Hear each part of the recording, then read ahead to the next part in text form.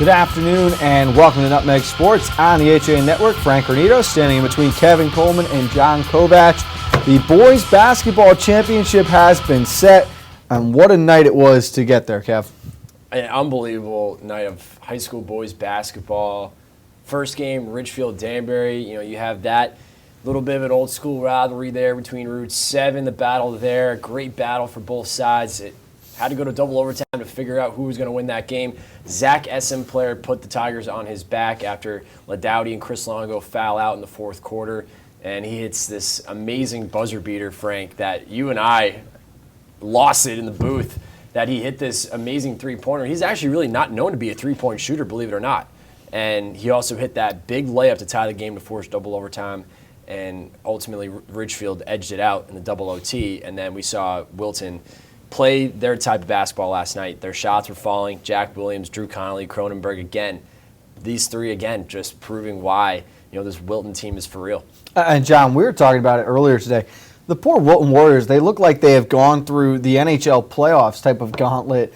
They've got bodies hitting the floor every possession. They're playing a physical game, and they just look beat up, but still finding a way to win games. I think efficient might be the word that comes to mind. They hit their shots, as Kevin said. They just go out and get the job done. That Ridgefield-Danbury game, how does a game that was really, and I'll say sloppy, for the first 3+ quarters end with such an exciting finish? And the three-pointer at the end of regulation, I said to Frank earlier, the two to tie it and force a second overtime was kind of anticlimactic. And you're right, sloppy is the word, but it was 3.5 quarters of almost neither team wanting to win the basketball game. Just so many turnovers. At one point in the third quarter, we saw 6 turnovers on consecutive possessions, and 4 of them, I think, were travels. It was there's no other way to put it. It was a terrible game for at least the first half, just nothing going. But, John, you're right. Down the stretch, we saw some great basketball. And how about Brendan McNamara? How well he played, setting the pick to free Player for that game-tying shot at the end of regulation. You're right, and I think a lot of people are going to forget about, Brendan McNamara was really the guy who set that play up, Frank. You're absolutely right. He set the pick at half court to free up Player going down the sideline. Player spotted up and hit that big-time three-pointer to force overtime. And you're right, those, you talk about that first half, forget about the third quarter, and you're right about those 6 consecutive turnovers. You're absolutely right. That third quarter was also sloppy. The first half, though, you're talking about a 22-11 game at halftime, and after the first quarter, you and I kind of looked at each other, and we talked about it. And I think a lot of people who were at this game, said to each other, wow, both teams are really trying to feel each other out, and they're having a hard time. And I think a lot of credit has to go to the defense. I thought both sides brought a lot of pressure, but the offense couldn't get going for either side.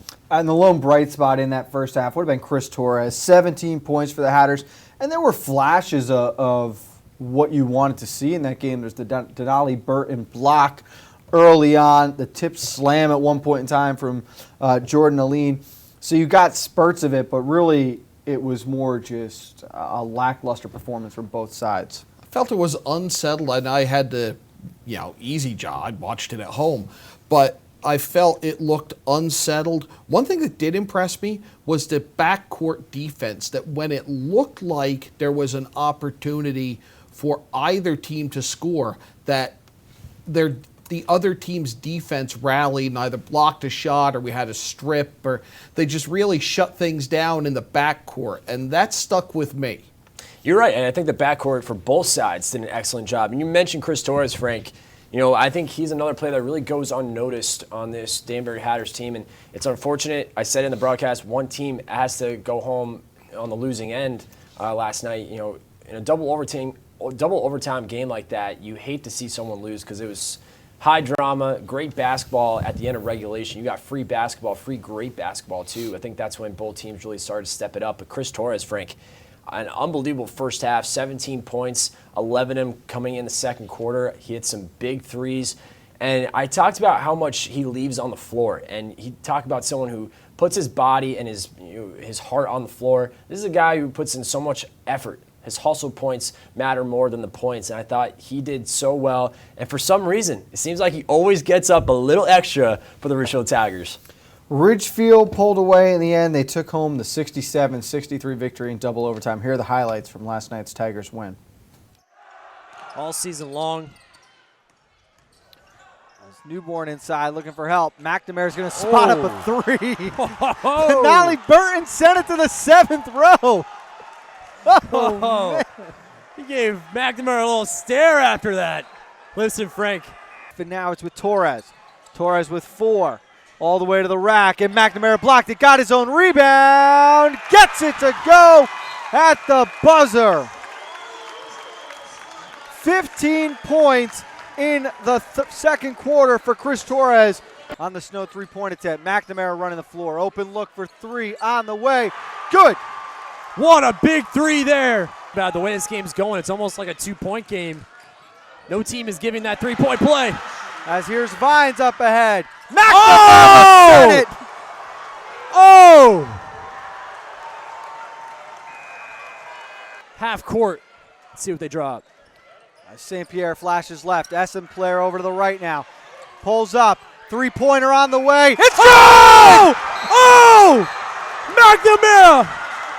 We're heading to overtime. Set the pick for Essen player to get the bucket. What a big 3-pointer there by Essen player. And we're tied at 48. We're going to play overtime. Off the screen of McNamara. Up to the rack. Off glass. Good. No timeouts left. Here's Hernandez. He's going to gain half court and throw up a prayer. And it's short. Let's play another one. Torres, he's been the game's best player as he goes to the lane. Right hand is blocked by McNamara. McGarrity's got it. Back to Essen player, and he is fouled with 5 seconds remaining. 4th block of the night for McNamara. None bigger than that. Corner, Jordan Brown for 3. No good. The Richfield Tigers are going to the FCAC championship. What a game.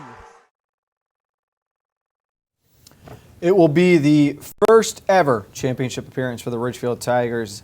Brendan McNamara led the Tigers scorers with 21 points. Zach Essenplayer with 16. Of course, the 5 huge ones to extend regulation and that first overtime. Chris Torres led all scorers in the game with 25. Marcus Fox 16. Kevin, one thing that's got to be a little bit reassuring for Ridgefield, they were able to get this done with Chris Longo and Nick Ladowdy both on the bench having fouled out in the fourth quarter. Longo only went for 2 points all night. He fouled out early in the fourth. It was a frustrating night for Longo, and it happens to good basketball players like Longo. It happens all the time, and it was just a night that his shots weren't falling. I thought Danbury did an excellent job doubling up on him and really making sure that he wasn't able to drive the paint because he's so good, and that's where his points really come from. It's inside the perimeter, and Danbury really shut him down. I think that's where you saw Brendan McNamara do what he does best. You know, he isolates, drives, or kicks back out and hits a jumper, where last night you saw him not only drive and hit some big layups, you also saw him hit a couple big threes and a couple big mid-range jumpers where you saw him score those 21 points that the Tigers needed. And for coming into this game, yes, it's reassuring that the bench was there for the Tigers. And I think going into this, they can feel confident that they won this game without Ladowdy and Longo. So going into this against a high-powered Warriors offense, they have to feel pretty good and pretty confident. For Danbury on the other side, John, it's got to be frustrating. You were in the lead at halftime, really held Ridgefield at bay for the majority of that second half, but saw it slip away down the stretch. How do they bounce back now? They'll draw Amity in the first round of the state tournament. You've just got to move on and play your game. Know that you just ran into a buzzsaw, and that game went 2 overtimes. That game was a shot from tipping either way. I want to get back to Ridgefield because I want to throw something out to you two who were there. But, Kevin, you said a little bit ago that SM Player is not known as a three-point shooter. And yet, in watching that, nobody else was taking that shot. He had decided that he was going to be the one to take that 3 that they needed to tie it. Did that surprise you? Not at all. And I think at that point in the game, I thought it was either going to go to Essen Player or McNamara, and I thought McNamara set the great screen to free up Essen Player. And you know what, John, they needed a three-pointer at the end of the day, and it was either going to come down to Essen Player or McNamara.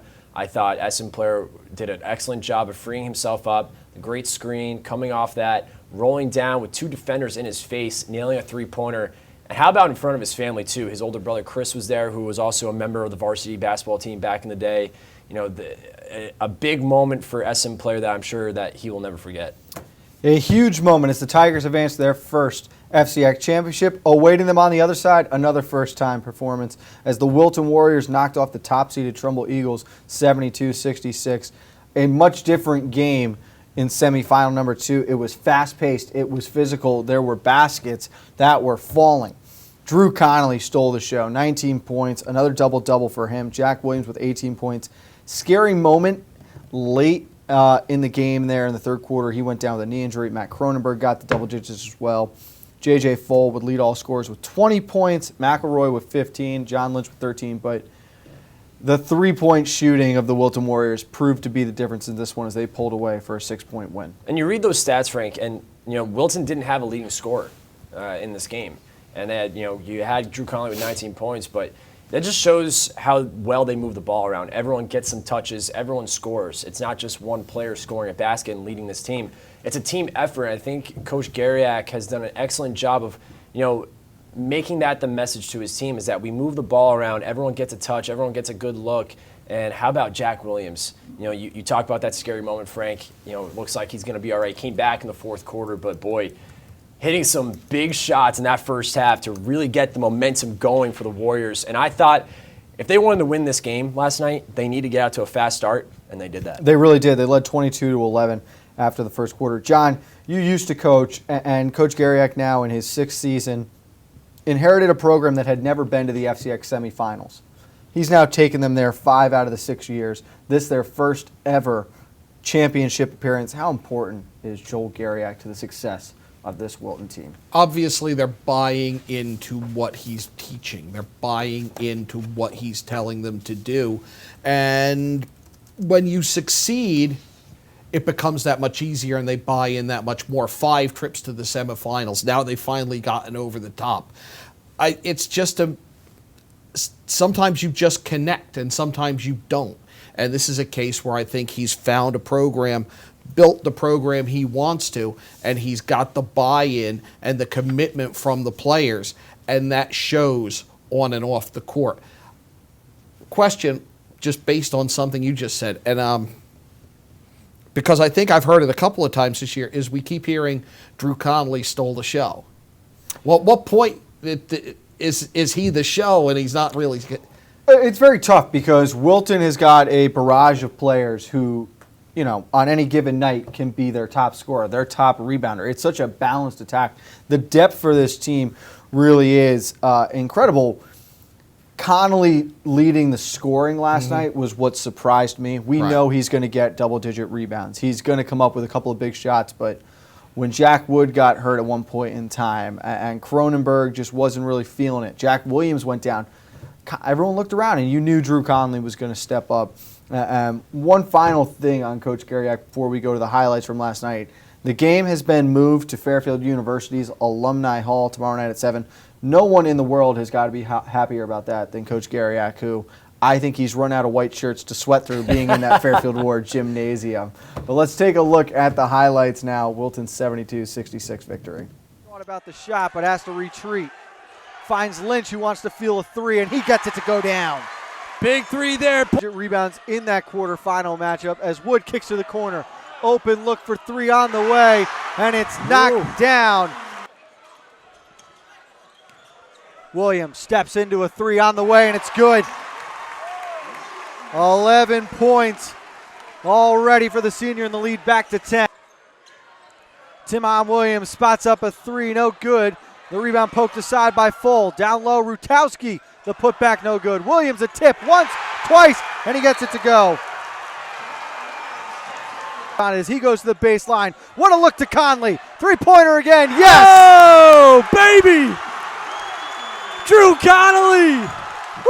As John Lynch's shot at the buzzer comes up short, and for the first time ever, the Wilton Warriors are going to the FCX championship.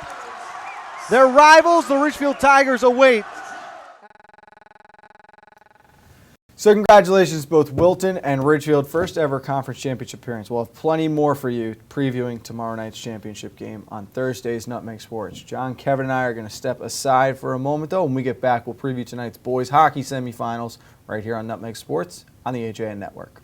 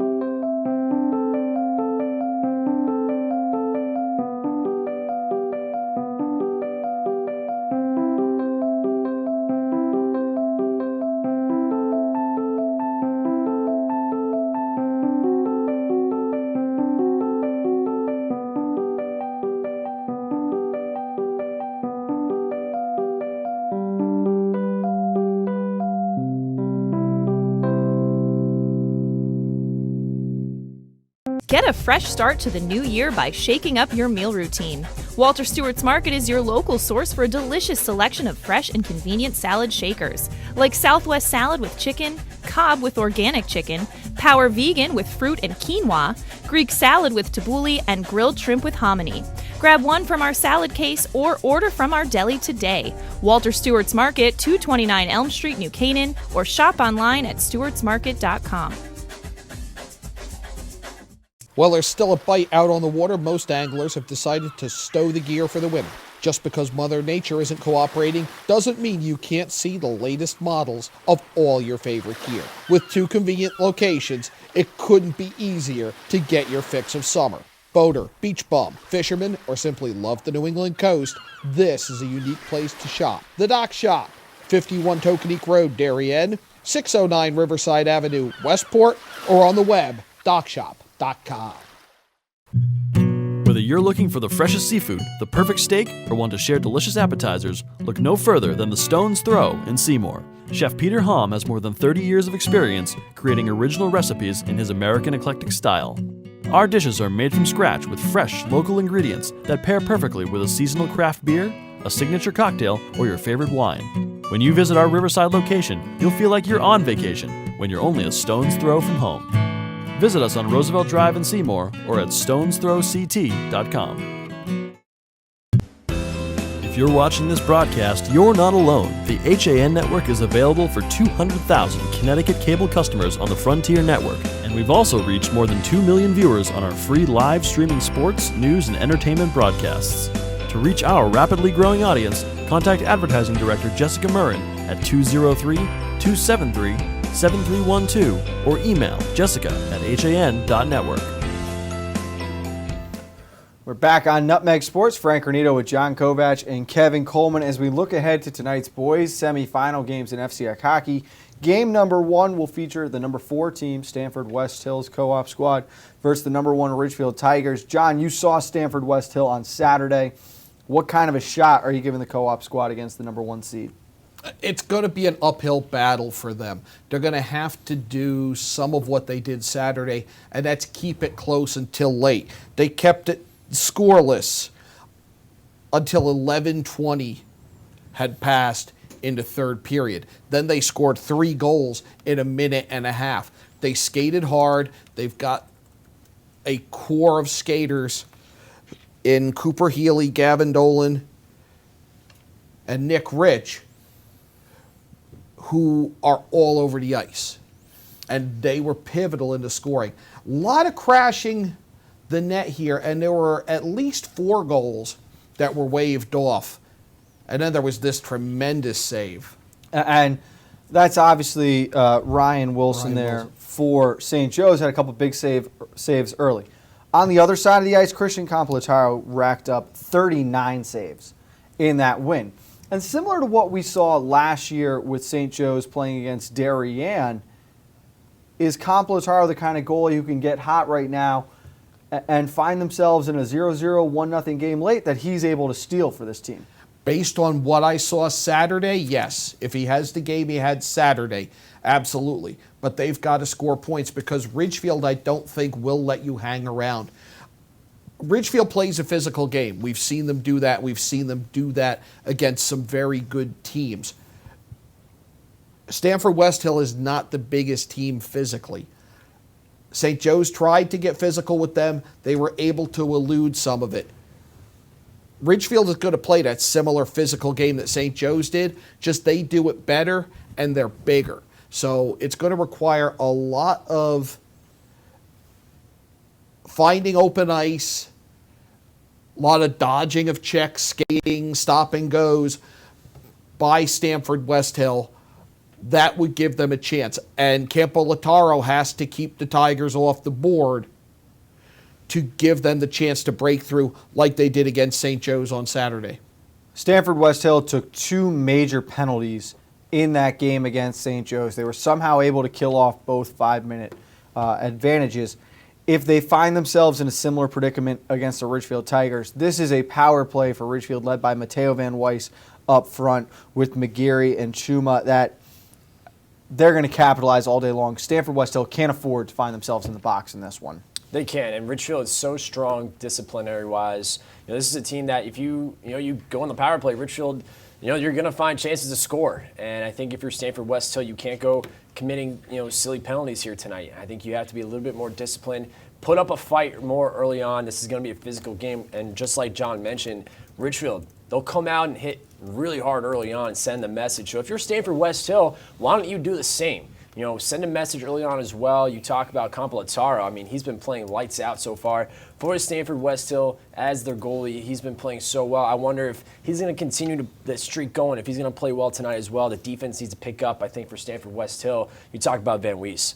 This guy's a gifted athlete. This guy is so fast up and down the ice. Chuma is one of the guys on defense who Richfield, I think one of the big reasons why Keegan's playing so well, between the net for the Tigers is his defense. And I think they're blocking shots, they're putting the body before the team, and they're not going on the power play as much. And again, Stanford West Hill has to be more disciplined. But we're talking, and you're absolutely right there. Stanford West Hill can't have two guys get called for majors. And part of what helped them kill that was less than a minute into that first major, St. Joe's gets called for a neutral zone hook. And 2 minutes of that are now 4-on-4. I saw Ridgefield play earlier this year when they went up to West Haven, where they had a 3-0 lead with less than 40 seconds to go. They got called twice in that time span for, I believe it was cross-check. There were two 2-minute penalties in the final 40 seconds. West Haven had pulled its goalie for the extra skater, and all of a sudden a 3-2 dominant performance by Ridgefield was a 3-2 win that if you weren't there, you look at, you're like, wow, they just barely got out of that West Haven game. That was a very physical game from the get-go. We expect that tonight. They can't take penalties like they did against West Haven and fall into that trap because, as we see in the Saturday game, Stanford West Hill made St. Joe's pay.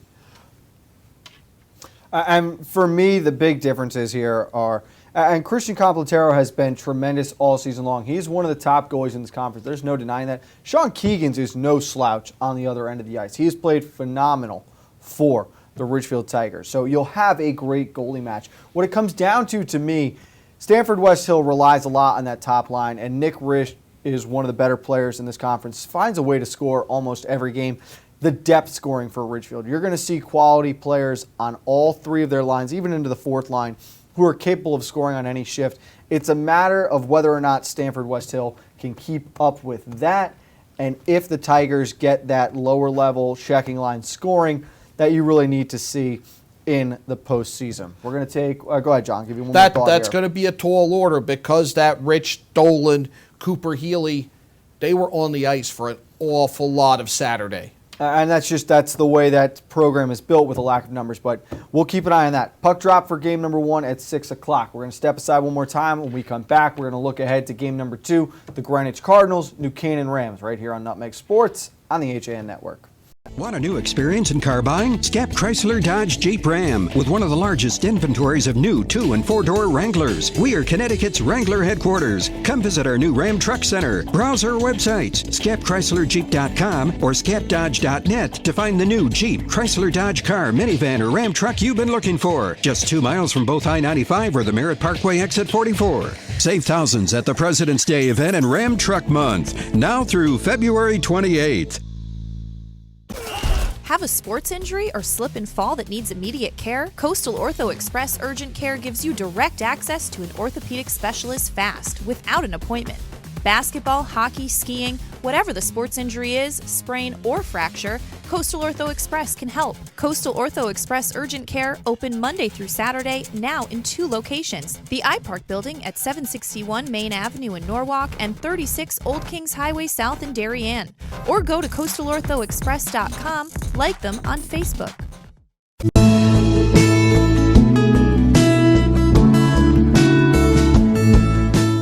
At the Milford Bank, we offer an extensive selection of lending products and services to meet virtually any need. Submit your application online in our Mortgage Web Center. Start to finish, you can apply for a loan in as little as 10 minutes. Our knowledgeable and helpful staff are available to meet with you at your convenience. To learn more about what we can do for you, stop by one of our Milford Bank offices or visit us at milfordbank.com. The Milford Bank, always there. Member FDIC, Equal Housing Lender. At InSports Trumbull, the game is always on inside. Recently renovated and home to one of Connecticut's largest indoor turf fields, InSports is a multi-sport recreation center providing state-of-the-art facilities for league play, camps, and youth programs. Sign your child up now for InSports Future Stars Basketball Academy, teaching skills on the basketball court for boys and girls ages 5 through 9. Visit InSportsCenters.com for more information on this 7-week program. And for adults, spots are also still available for our men's 30 and over and 40 and over leagues. Like and follow us on Facebook. We told Dad he could have his office back if he sold 150 cars last month. Deal's a deal. Well, Dad, you did it. You get your office back. Forget it.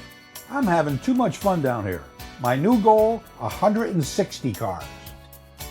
Wow. Folks, if you ever wanted a great price on a new Nissan, now is the time. Right now, lease a 2017 Altima 2.5S for only $99 a month. Isn't it time you got Millerized? I'm John Kovach. I'm a newspaper editor. I'm a high school football coach. I'm a television presenter. And I want you to love fishing as much as I do. Tune in to Yankee Fisherman, Thursdays at 1 on the HAN network. It's like going to the tackle shop without leaving your office. I'm John Kovach. On the newspaper. Back on the HAN network, Frank Granito, Kevin Coleman, and John Kovach as we get you ready for tonight's boys hockey semifinals. We covered game number 1. Now on to game number 2. The number 6 seed Greenwich Cardinals and the number 2 New Canaan Rams. Second year in a row that the number 6 seed has knocked off the 3 in those playdown games. And this is a very interesting Greenwich Cardinal team we've gotten to know now, especially the past few weeks being down at Dorothy Hamill. They're getting healthier and healthier. They're getting hot at the right moment now, but not in all the right places. Some struggles in goal in that quarterfinal win, John. They replaced Alec Presley about midway through the second with Dylan Dreher, a sophomore. Dreher took it the rest of the way. That was after Fairfield opened up a 3-1 lead. I don't think Greenwich can fall behind 3-1 to New Canaan. Expect to score the last 3 goals and win in overtime like they did to the Fairfield Co-op on Saturday. One thing that's a huge advantage for the Cardinals, and we saw it when they played the Rams earlier in the year. New Canaan won 7-4, but the scoreboard didn't really indicate that game, Kev, as Greenwich scored 2 goals in the last 2 minutes of the second period. They scored at the end of the first period. Those final minutes, if you surrender a goal, just completely flip a game. It's so demoralizing to a team. The Rams have been a group this year that they just have that attitude of they can flip a switch. I don't know if that's a good attitude to have heading into the playoffs. You might be right, and I may have to actually disagree with you, John. I think Greenwich is a team that we've seen make some great comebacks this season. And yeah, if they go down 3-1, it's not great. But I think we've seen Greenwich at times, make some great comebacks and win games, late in the game, late in the third period, maybe even overtime. So if I'm someone, picking a team in this game, I may lean towards Greenwich because they have shown resiliency. They've done an excellent job, showing that effort early on. This is a young team as well. They don't have the senior leadership or the veterans that have been in late postseason games. So that's why I've been so impressed with Greenwich. But again, New Canaan, again, another great team. But Greenwich to me has done a great job in moments where they need to come back. Maybe it's the coach in me, but you don't want to make your living coming back. And we have seen them make great comebacks. That does not extend coaches' career, and it probably shortens careers and probably increases hairlines.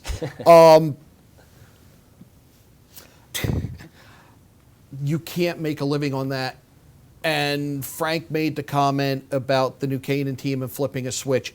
And as a coach, you constantly preach to a team, you can't just turn it on game. You can't just turn it on when you want to turn it on. You can't. But then every now and then, you have a team that can do that. And maybe New Canaan is that this year, where they can show up on game day and turn it on. And maybe Greenwich is one of those teams that just needs to get punched in the face a few times and then realize, okay, we we got to do something now. Maybe that's the kind of team they are. If those two things are true, we're going to have a great matchup tonight. And I think we are going to have a great matchup no matter what. But I think what we saw against Darien about 2 weeks ago against Greenwich is Greenwich came out hitting hard early and often. And I think that really sent the message to Darien saying, wow, okay, the Cardinals, they showed up today. They're not messing around. And I think if the Cardinals want to send a message to the Rams tonight, it's, hey, we're here. We may be the 6th seed. You guys may have had a better record, but we're here. We're hitting hard early, and we're going to send you to the boards. And it's an interesting matchup physically because both teams really rely on speed. We've seen Greenwich utilize that stretch pass for the neutral zone. They want to get their wingers in space, try to catch the defense sleeping at the blue line, and look for odd man opportunities. The Rams are more of a finesse team as well, with the exception of Teddy Hood and maybe the Webster brothers, even Shane Pickering trying to play a physical game from the blue line.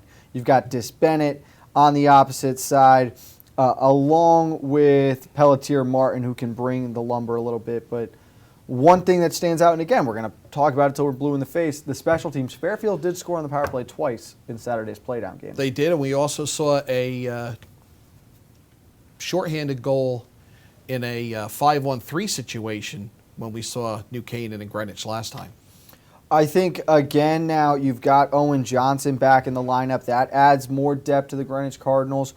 The Rams have had quality scoring all year, and we're not going to talk about the depth of the Rams. For New Canaan, it's got to be the top guys. That first line of Gelnaw, Hill, and Gamble, they have got to be the ones stepping up and scoring. It's a very senior and experience-heavy team. That group is going to take the Rams as far as they can possibly go in both the FCIAC and state tournament, compared to some of these middle teams or other teams that are going to rely on 4 lines that can all potentially get you a goal at any time. I would agree on that. You talked about the stretch pass and Greenwich opening the ice that way. The other thing that we've seen them do is they like to carry the puck deep, almost coast to coast. There were times when Kevin Wright on Saturday take the puck behind his own net and then skate it all the way through the center to the slot and then try to cycle it around. Is New Canaan going to allow them to carry the puck that far? I don't know that they will because they can close the blue line off on you. It'll be a good matchup. It'll be a lot of fun. I'm interested to see those first 5-7 minutes and how both teams feel each other out. Kev, your final thoughts heading into tonight's game? I think we're going to see 2 great hockey games tonight. You talk about Stanford West Hill against Ridgefield. I think Stanford West Hill is going to really bring it in the first period. I think they're going to try and send the message to Ridgefield that they're there. And I think Ridgefield, again, needs to, not take them too lightly. This is Stanford West Hill team that may, they're coming off, a short rest, but I think this is a team coming in, playing some good hockey. And then, of course, we have Greenwich New Canaan. That's going to be a great matchup between these two teams. Kevin Wright is a guy I'm looking out for tonight. Can he, like John said, bring it down the slot and try and cycle it around from maybe Dis Bennett up top on the blue line to, fire it on the net? But it's going to be a great matchup between, 4 great hockey teams. Just like we saw on last night, 4 great basketball teams. It's a great time for the FCIAC right now, and a great time for here on the network. One thing that's really interesting you want to keep an eye out for, John, Ridgefield and New Canaan haven't played in over a week. Something to think about now heading into tonight's games. It's a long break. Another thing I want to see, who's Chris Rurik put between the pipes tonight? Does he go back to the senior Presley, or does he stick with Dreher? Well, we'll find out at 8 o'clock tonight. 6 o'clock puck drop will be on the air at 5:50 for Stanford West Hill and Ridgefield. Granito New Canaan follows that only on the HAN Network with Kevin Coleman, John Kovac, on the Granito. We'll see you later tonight. Of course, we got Coffee Break tomorrow at 11 on the Brunski and back for Nutmeg Sports to preview the FCIAC Championship in boys basketball on the HAN Network.